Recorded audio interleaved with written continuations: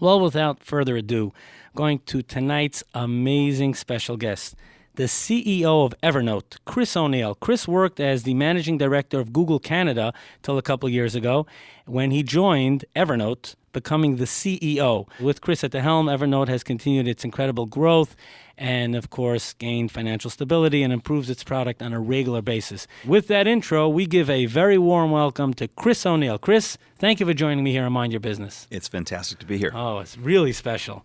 Now, tell me about yourself. You ran Google Canada. You're the CEO of Evernote. Did you dream about this in high school?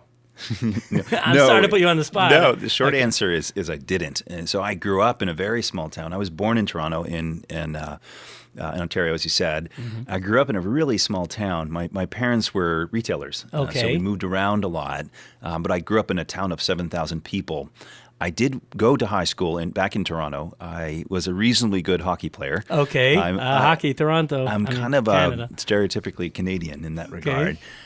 So I was more focused on sports and just living my life. I didn't really have dreams to be the CEO of a company when I was in high school. I was more worried about my slap shot than I was, being a CEO. Now, you went from managing director of Google Canada. Maybe we could even just pause for a second. Yeah. That's pretty big. Tell me a little bit about that. Yeah, sure. So I had a wonderful run at Google. I was there for about 10 years, just shy of 10 years. Wow. The highlight of that time at Google was returning to Canada. I was based in the Bay Area, and I was asked to go lead our operations in Canada. And essentially, you're responsible for all the operations in Canada. We had 4 offices. One of our larger development offices is in the Kitchener-Waterloo area. There's an amazing engineering school there called the University of Waterloo. And, of course, back in the day, BlackBerry was an amazing company, still is to some extent, in that region. Right. In Montreal, we had an office, and then in Toronto and Ottawa. So essentially responsible for everything that happened in the country for Google. We would report back every quarter to Larry Page and company to say, hey, what's happening in Canada and what sorts of things do we need to do? So it was a great honor to lead a wonderful brand like Google in my homeland. So I had an incredible time in that role. We were able to build an incredible team, a culture, and a deep sense of purpose in what we were doing in helping Canadians use the web in interesting ways. So I did that from 2010 to about 2014 or so, and then returned back to the Bay Area.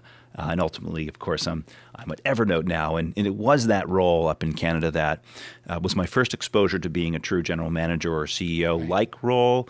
And it really both showed that I enjoyed that type of work, but also just that I could contribute and make an impact in a broad sense. So then you were grabbed at Silicon Valley.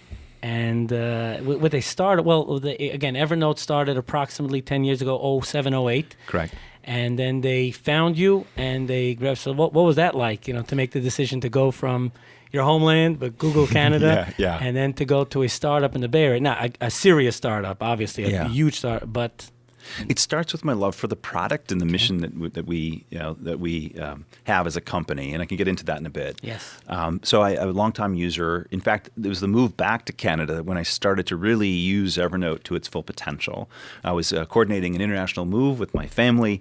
As it turns out, when you move across a border with cars and pets and children, things become complicated. So I needed a place to keep track of it all. It was a pretty chaotic move, and that was really when I took Evernote from being this thing I had on my phone to really starting to use it.